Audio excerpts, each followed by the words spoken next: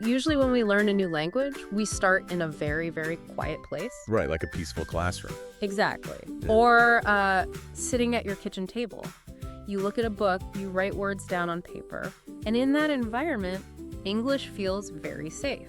Yeah, it feels, like a puzzle we can just slowly solve. Right, because if we make a mistake, we just erase it with a pencil. It is a controlled environment. Yeah. You have, all the time in the world to think about the grammar and remember the vocabulary and formulate your sentence. Yeah, the book does not rush you at all. No, it doesn't. But then you step through the automatic glass doors of an international airport, and immediately the quiet safety of that book just disappears. Oh, absolutely. It vanishes. You hear loud announcements echoing from the speakers above. You see massive signs with flashing letters everywhere. People are rushing past you with their bags. It is a lot to take in. It really is. Suddenly, you are not looking at English on a piece of paper. You are completely surrounded by English in the real world. Which is, exactly what language is for. Right. But honestly, for any adult learner, that sudden transition can feel incredibly overwhelming. It is the ultimate test.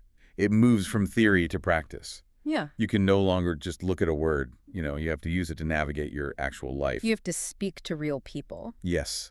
And understand their fast replies and solve immediate problems. And that is exactly why we are exploring our sources on Travel English for today's deep dive. I am so excited for this one. Me too.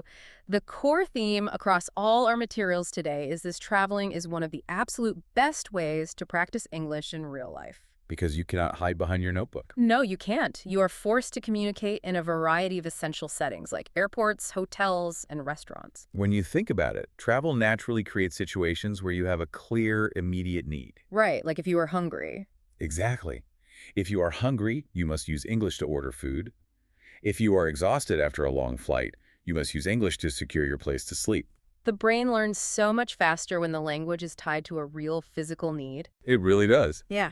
But our goal today is to make sure you, our listener, feel completely prepared before that moment arrives. Yes, we are going to take things at a different pace today. If you are an English learner, a beginner, you are in the exact right place. We are going to be your guides. We will keep our pace slow, clear, and very relaxed. We are not just going to read you a list of words. No, that wouldn't be very helpful. Right. We are going to explore the mechanics of these words. We will look at why they are used, how they are structured, and most importantly, how to actually say them. Active practice is the key here. Learning a language is physical. Physical. Yeah, it is a physical coordination of your tongue, your lips, and your breath. So, as we go through this journey today, we want you to actively practice with us. Listen to the shakes of the sounds. Exactly. And try to make those shapes yourself. So I want you to imagine you are embarking on a massive international trip right now. We are going to take you step by step through the entire narrative of a journey. From the very beginning. Yes, we will start right now in your bedroom, organizing your things. Then we will travel to the airport, navigate the airplane, cross into a new country, and finally sit down in a beautiful restaurant to order a meal. It is a complete story, and you are the main character. But before anyone can fly across the world, they have to prepare. You cannot arrive at the airport empty-handed. That would be a very short trip. Very short. So let's transition into the very first phase of any journey: preparing your luggage and your documents. The preparation phase is where we organize the physical objects we need. Let's explore the essential travel items. I'm going to introduce these words slowly. Notice the sounds. Okay, what is the first one? The first object, and really the most important one, is your passport. A passport. If we actually look at that word, it makes perfect logical sense. The history of it. Yeah. It is a combination of two older words, pass and port. Historically, it was the physical document that allowed you to pass through the port of a city. That is so interesting. Right. And today, it is the small official book that proves your identity and your nationality. That historical context helps lock the word in your memory. You are passing through a port. Passport. Let's hear the next essential item. It is your ticket. The ticket is your proof of purchase. Sometimes it is a piece of paper, but more often today, it is a digital code on your mobile phone. Right, it shows you paid for the journey. Now, let us look at the words for the bags you carry. First, the suitcase. I find compound words like this fascinating for beginners. A suitcase. Originally, it was literally a case to carry a suit of clothes. A suitcase. Exactly. Yeah. Now it just means the large, hard bag, usually with wheels, where you pack all your belongings. So if I am pulling it along the ground, that is my suitcase. Exactly. The physical action is different for our next word, which is backpack. Another brilliant compound word, a pack that goes on your back. Very literal. Yeah, it is smaller, it leaves your hands free, and you carry it on your shoulders. So I have my large suitcase rolling on the floor and my smaller backpack on my shoulders. Next is a crucial document you receive at the airport. The boarding pass. Now, we should distinguish this from the ticket, right? Yes, definitely. You buy the ticket weeks before, but the boarding pass is the specific paper or digital code that gives you permission to actually board or step onto the airplane. It contains your specific seat number. And our final vital word for preparation is reservation. A reservation. This means you have arranged in advance for a hotel or a restaurant to hold a space specifically for you. You have reserved it. Now, let's put these objects into action because, language is about sentences, not just isolated words. Absolutely. Imagine you are in your house, the suitcase is open on the bed, a friend calls you and asks what you're doing. You can tell them, I'm preparing for my trip. I'm preparing for my trip. The word trip is an interesting one. Yeah, when I first started listening to native English speakers, I noticed that words with the letter I can sometimes sound confusing. How so? Well, some learners try to make the I sound very long, like treep, but it is much sharper than that, isn't it? Yes, the long E sound is a very common misstep. The word trip uses a short I sound. It is a quick, sharp burst of air. Native speakers say it very fast. Trip. Trip. It is a short, strong sound. Trip. It feels almost like a tiny jump in the middle of the sentence. I'm preparing for my trip. Let's look at another highly practical sentence for this stage. I need to pack my suitcase. I need to pack my suitcase. Let's examine the verb to pack. What are we actually describing when we use this verb? The verb to pack implies a deliberate action of organizing. As our source material explains perfectly in Portuguese, it means colocar coisas na mala. Colocar coisas na mala. Yes, you are taking individual items like your shirts, your shoes, your toothbrush, and deliberately arranging them inside a container. Right, colocar coisas na mala. It is an action of gathering and storing. I can see why it is so useful. For example, if I'm watching my sister get ready, I might say she is packing her clothes. Good example. Or if I am already completely finished and ready to go, I would use the past tense. I packed my suitcase yesterday. Notice how the action is completed. Now, regarding the word suitcase itself, we need to focus on pronunciation. It has two distinct parts, suit and case. Suitcase. The key is the second syllable. You must pay close attention to the case sound at the end. Ensure the S sound is clear and distinct. Suitcase? Suitcase. The S almost hisses at the end. It is very satisfying to say correctly. It is. But I have a broader question for you. Why is it so crucial for a learner to practice these specific sentences out loud while they are still just sitting in their bedroom? Why not just read them silently? Well, it is a matter of muscle memory and psychological confidence. When you read silently, only your eyes and your internal mind are working. Right. But speaking is a physical athletic event. Your tongue, your jaw, and your vocal cords need to physically practice the shapes of the English language. That makes a lot of sense. Furthermore, when you hear your own voice speaking these words aloud, your brain begins to normalize the experience. When you finally arrive at the airport, your brain will recognize the action, which significantly reduces panic. It is like an actor rehearsing lines before stepping onto the stage. It is so important that we actively embrace this. In fact, our guidance for today explicitly emphasizes this philosophy.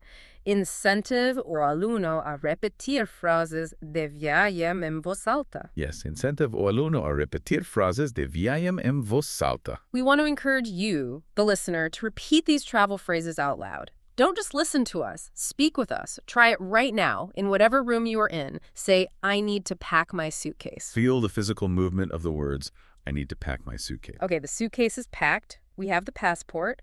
The preparation phase is over. We leave the safety of the house. We travel through the city, and we finally arrive at the airport. And this transitions us into the first great challenge, navigating the airport terminal. The airport environment is designed for efficiency, which means it moves very fast. When you first walk through those doors, you have one immediate goal.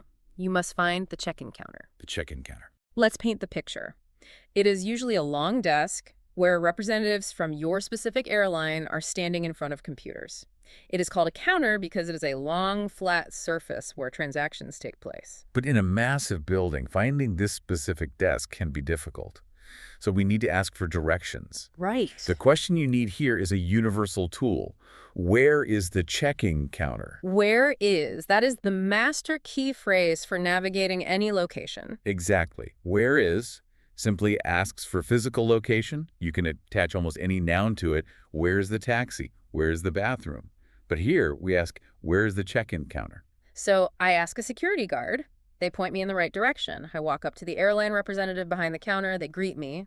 Now I need to present my documents. What is the most natural way to offer my identification? The most natural, clear phrase is, here is my passport. Here is my another fantastic master phrase. Instead of just silently handing them the book, you are verbally guiding the interaction. Here's my passport. Let's isolate the pronunciation of passport.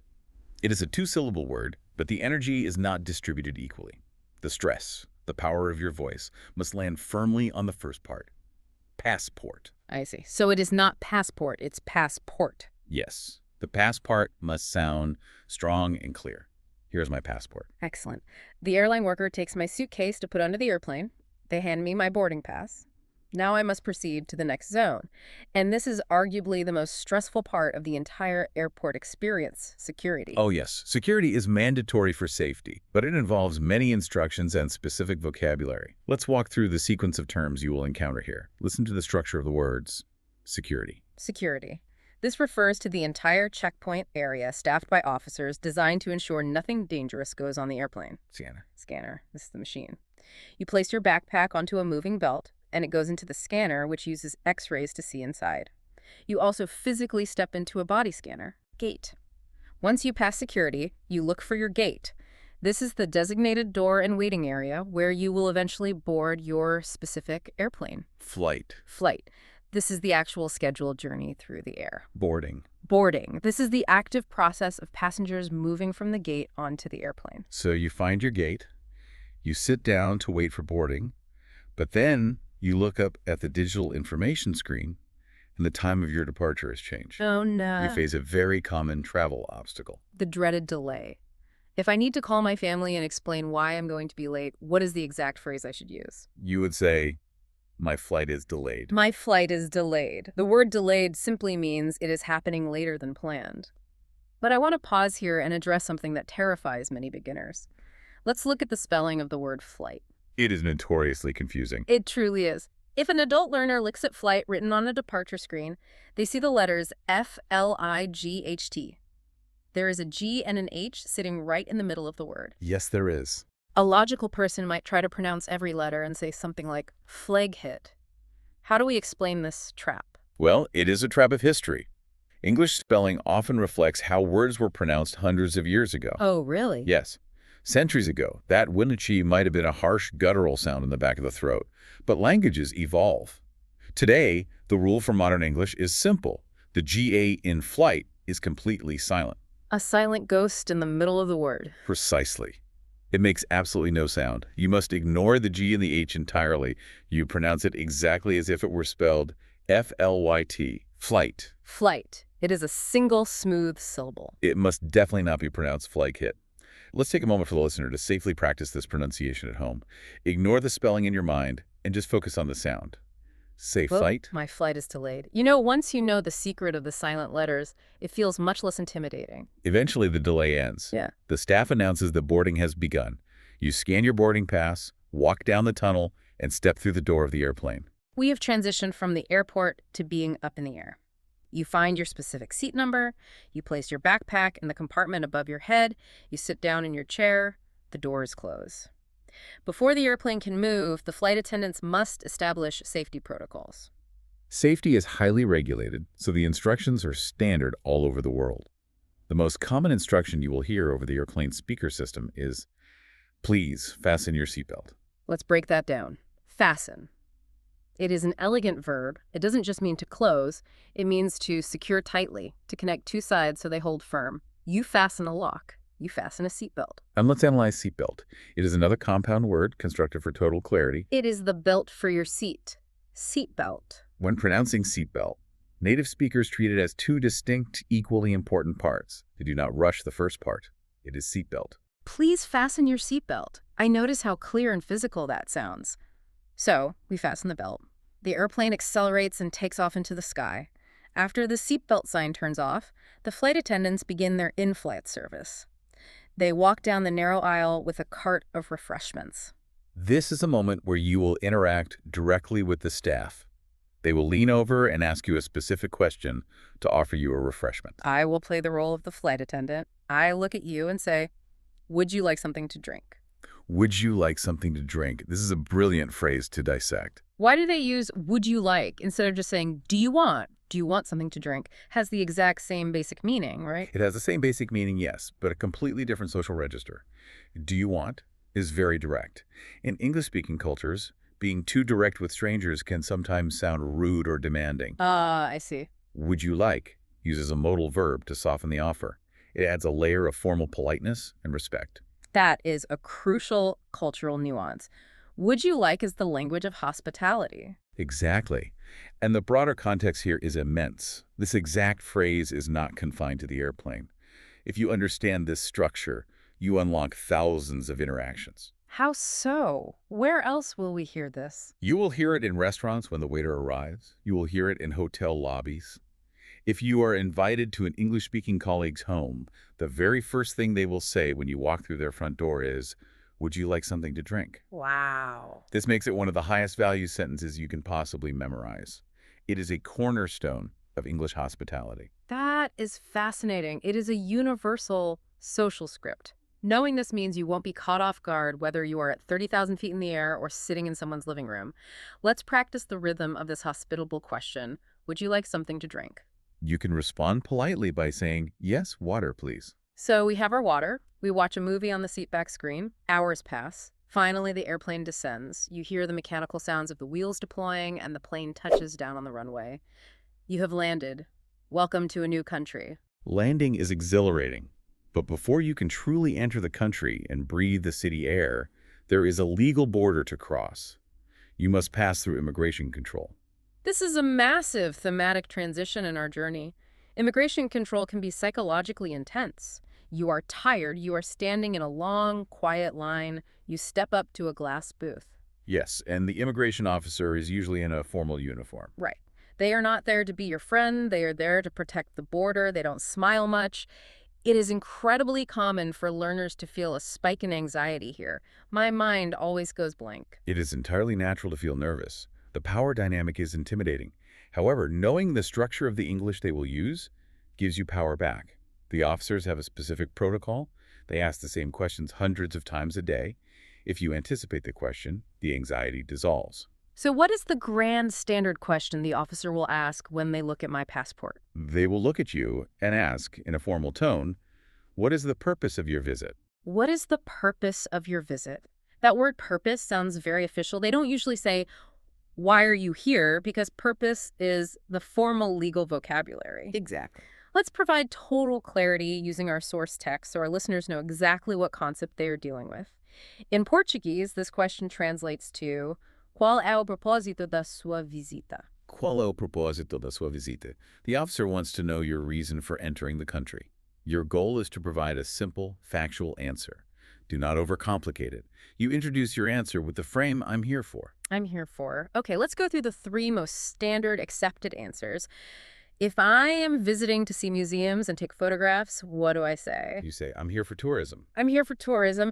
And what if my company sent me to attend meetings or a conference? Then you clearly state, "I'm here for business." I'm here for business. And what if I just want to sit on a beach and do absolutely nothing? You can say, "I'm here for vacation." I'm here for vacation. Tourism and vacation are practically interchangeable in this context. Both let the officer know you are spending money and leaving soon. Let us focus intensely on the pronunciation of the word tourism. It can be a stumbling block. I want you to isolate the word and listen carefully to the separation of the syllables. Tourism. Tourism. The first syllable is tour. Imagine you're taking a walking tour of a city. The second part is a common suffix in Englishism. Connect them smoothly. Tourism. Tourism. This is a perfect moment for a mental role play. I want our listener to take a deep breath. Imagine the fluorescent lights of the airport terminal. Imagine I am the serious immigration officer behind the glass. I look at your passport, I look you in the eye, I ask, what is the purpose of your visit? Answer me clearly out loud. Say, I'm here for tourism. I'm here for tourism. The clarity of your answer satisfies the officer. The officer stamps the passport. That heavy thud sound is the best sound in the world. They hand it back and say, "Welcome." You walk past the border, grab your suitcase from the baggage carousel, and walk out into the new city. You find a taxi. You sit in the back of the taxi, watching the unfamiliar streets, the new architecture, the different cars. The journey is nearly complete. You pull up to the entrance of your hotel. We transition now into claiming your space. You walk into the hotel lobby. It is usually quiet, smelling of fresh coffee or flowers. You approach the front desk. This is the central hub of the hotel where the staff operates. You need to initiate the interaction. The golden phrase for arriving at a hotel is simple and effective. I have a reservation. I have a reservation. Why do we prefer this over saying something like, I want a room or I need a bed? Because saying I want a room implies you are hoping they have space available right now, which they might not.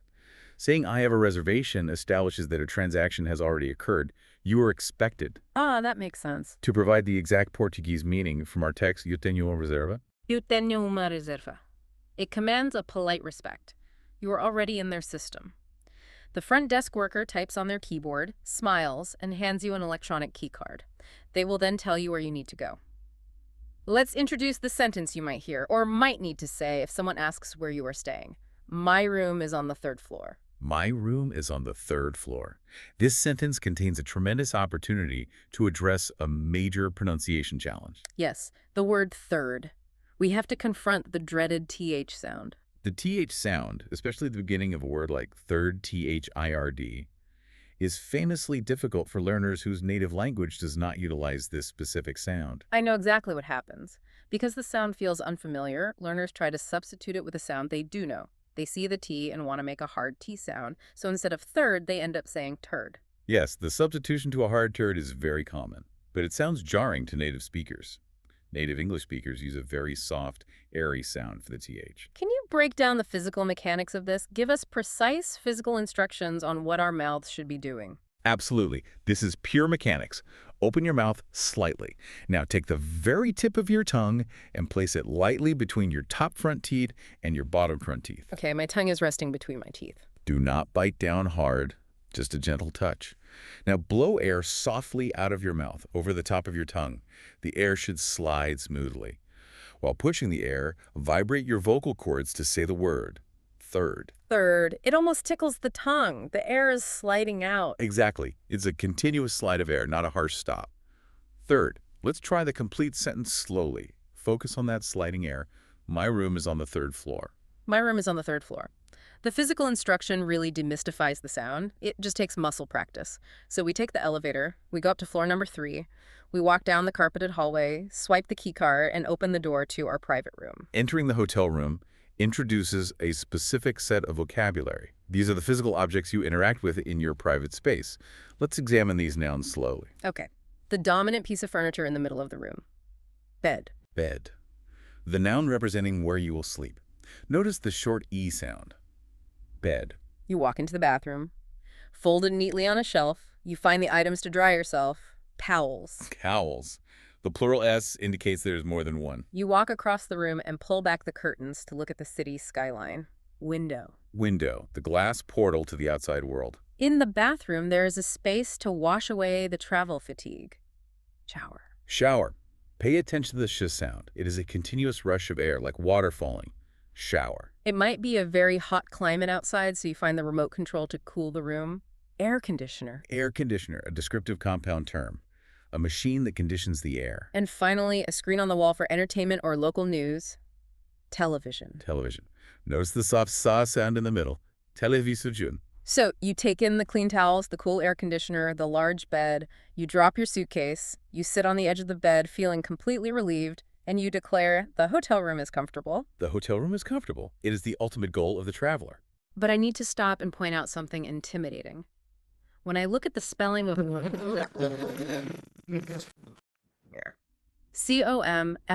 C-O-M-F-O-R-T-A-B-L-E, it has 4 distinct syllables. It looks like it should be pronounced comfortable. Every single piece, very slowly. Based on the spelling, your logic is flawless. However, spoken English is heavily driven by rhythm and efficiency.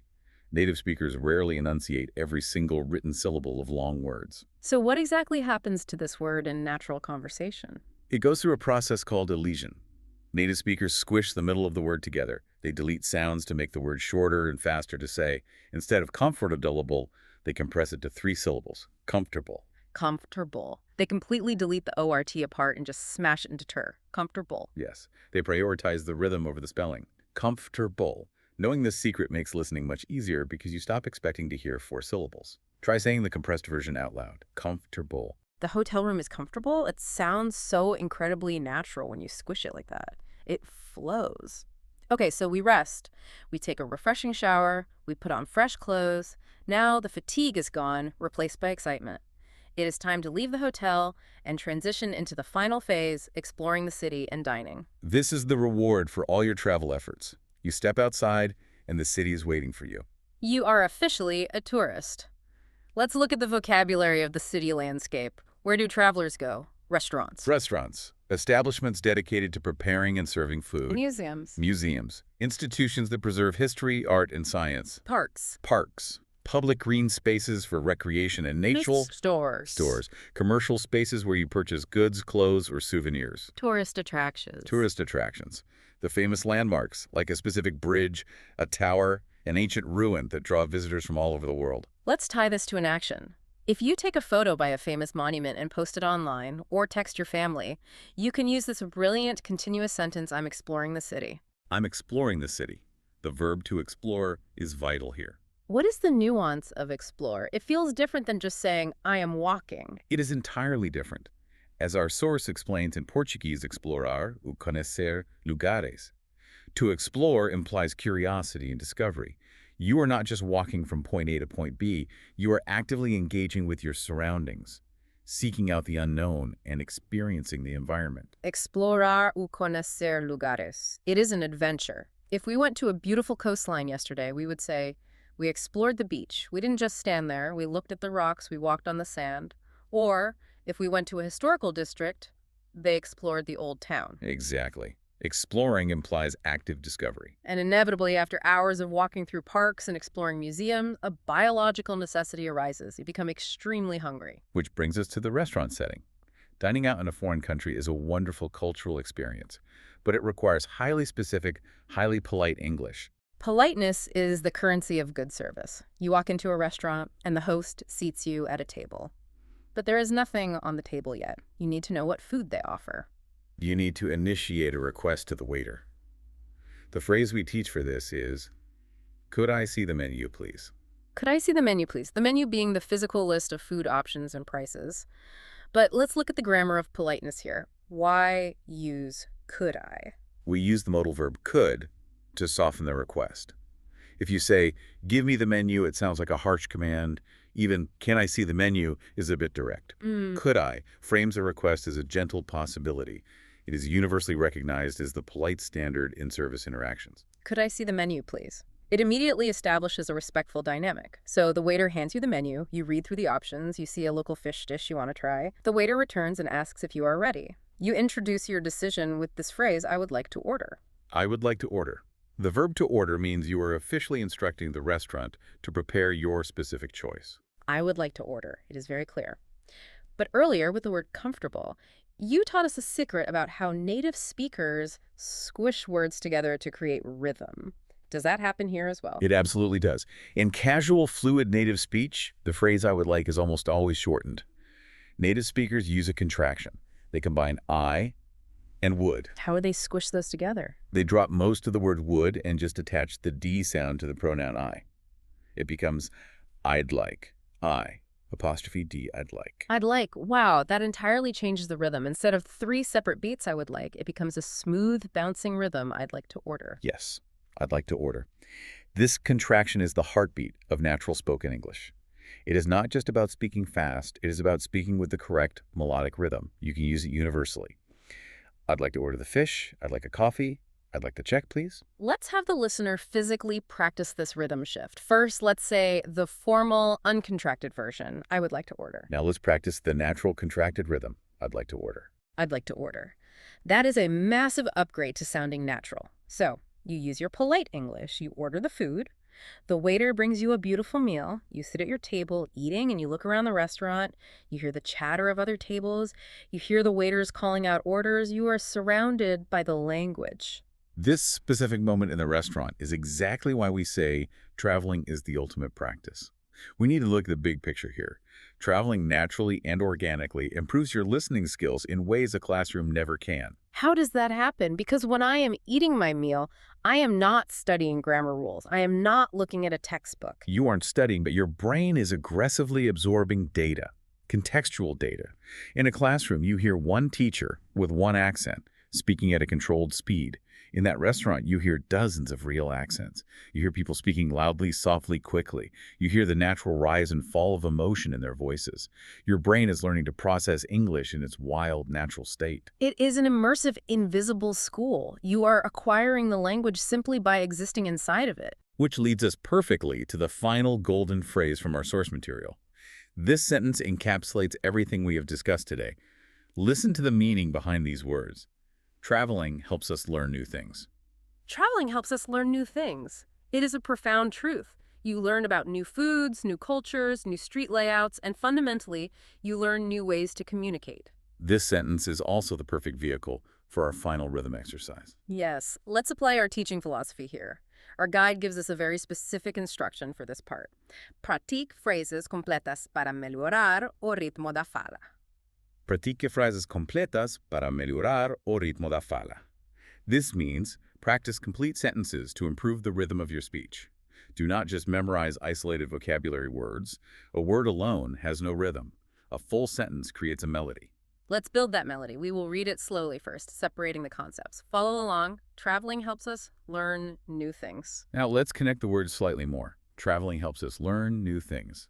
And finally, let's say it at a natural, fluid pace, letting the words flow together like water. Traveling helps us learn new things. Traveling helps us learn new things. When you practice the full sentence, your mouth learns how to transition smoothly between the sounds. As we bring our deep dive to a close today, we need to deliver the absolute most important takeaway from all of our source text. This is not a rule about grammar. It is a psychological rule for your journey. It is the ultimate mindset shift. Do not worry about speaking perfect English while you are traveling. Let me echo that because it is the most liberating concept for a learner. Do not worry about perfection. Perfection is an illusion. The true goal of language is communication. If you are standing at the check-in counter and you use the wrong verb tense, but the airline worker understands you and gives you your boarding pass, you succeeded. If you mispronounce a vowel in a restaurant but the waiter brings you the meal you wanted, you won. Exactly. The function of the language was fulfilled. Furthermore, people in other countries are generally incredibly gracious. They know you are a visitor. If you approach them politely, if you use phrases like, "Could I please?" and if you smile, they will appreciate the effort you are making to speak their language. They do not expect you to be a grammar professor. They just want to help you. To continue improving, rely on 4 simple pillars. First, repetition. Physical repetition of the sounds. Second, active listening. Pay attention to the rhythm of native speakers around you. Third, speak slowly. You never need to rush. And fourth, visualize real-life situations. Stand in your kitchen and pretend it is a cafe in London. Practice the interaction. Turn your hallway into airport security. Well, we have packed our suitcases, we have survived the flight, we have explored the city, and we have analyzed the mechanics of travel English. Before we conclude, I want to leave you with one final, provocative thought to ponder. A shift in perspective to take with you. We established early on that learning from a book feels safe, while the real world feels chaotic and intimidating. But I want you to change how you view the vocabulary you are learning. Think about the fact that every single English word you learn is not just a data point to memorize for a test. It isn't just black ink on white paper. Every single word is a physical key. A key.